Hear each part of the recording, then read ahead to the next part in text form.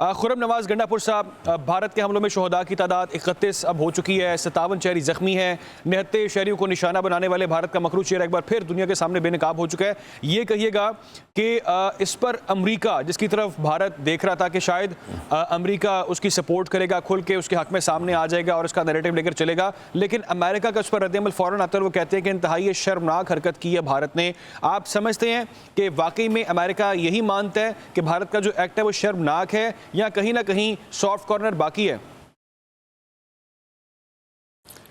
मेरा ख्याल है सॉफ्ट कॉर्नर तो चाहे हमें पसंद हो या ना हो, सॉफ्ट कॉर्नर मगरिब में हिंदुस्तान के लिए है, क्योंकि जो इस्लामोफोबिया का एक नैरेटिव चल रहा है वेस्ट में वो तो चल रहा है। मुझे तकरीबन 10-12 साल मगरिब में रहने का मौका मिला है।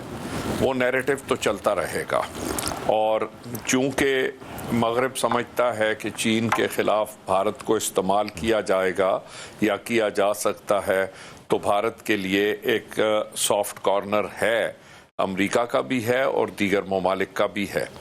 लेकिन जैसे कि मेरी असेसमेंट है, जब आप एक न्यूक्लियर पावर बन जाते हैं तो यकीनन नॉर्थ कोरिया और अमेरिका का मुवाजना आप देख लें, लेकिन सिर्फ न्यूक्लियर वेपन्स की वजह से, जिनको हमेशा से कहा जाता है द ग्रेट इक्वलाइजर, कि वो बड़े और छोटे को बराबर खड़ा कर देता है सफ में।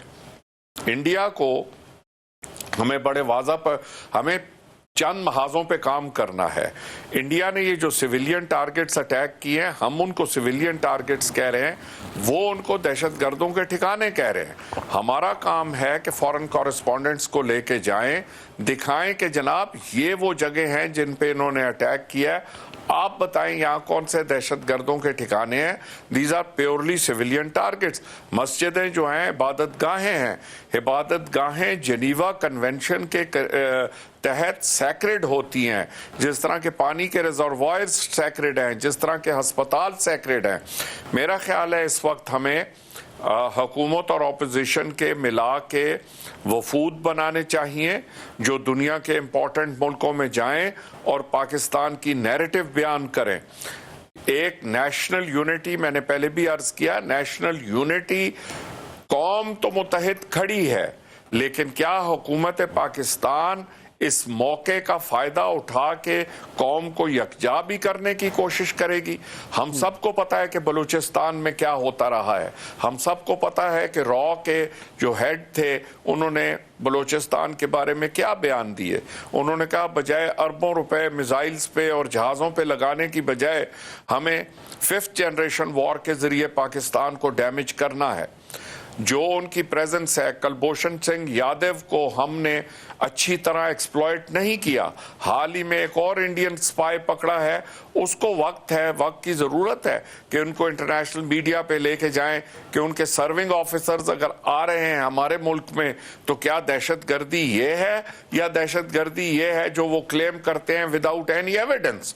फिर हमें चाहिए था, यूनाइटेड नेशंस में हम ऑफर करते कि यूनाइटेड नेशंस एक फैक्ट फाइंडिंग मिशन बनाए 3 मुल्कों का, जो कि इंडिपेंडेंट मुल्क हों, जाएं और इंडिया में तहकीकात करें और इंडियंस को कहें कि प्रूफ दें कि पाकिस्तान की इन्वॉल्वमेंट है। वहां मुझे हुकूमत पाकिस्तान का बहुत ज़्यादा एग्रेसिव और पॉजिटिव एटीट्यूड नज़र नहीं आ रहा कि इंटरनेशनल फ्रंट के ऊपर जो जस्टिफिकेशन हमें देनी चाहिए। अब हम तीनों पैनलिस्ट मुत्तफिक हैं इस बात पे कि पाकिस्तान का नैरेटिव बिल्कुल सही है, लेकिन उस नैरेटिव को प्रेजेंट तो हमारे डिप्लोमेट्स ने करना है, उस नैरेटिव को प्रेजेंट हमारे पॉलिटिशियंस ने करना है।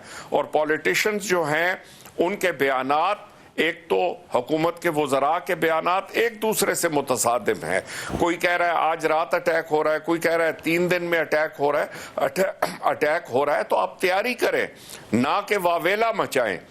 अवाम किसी तरह से खौफजदा नहीं है। पाकिस्तान के गयूर अवाम हैं। मैं वापस आता हूं।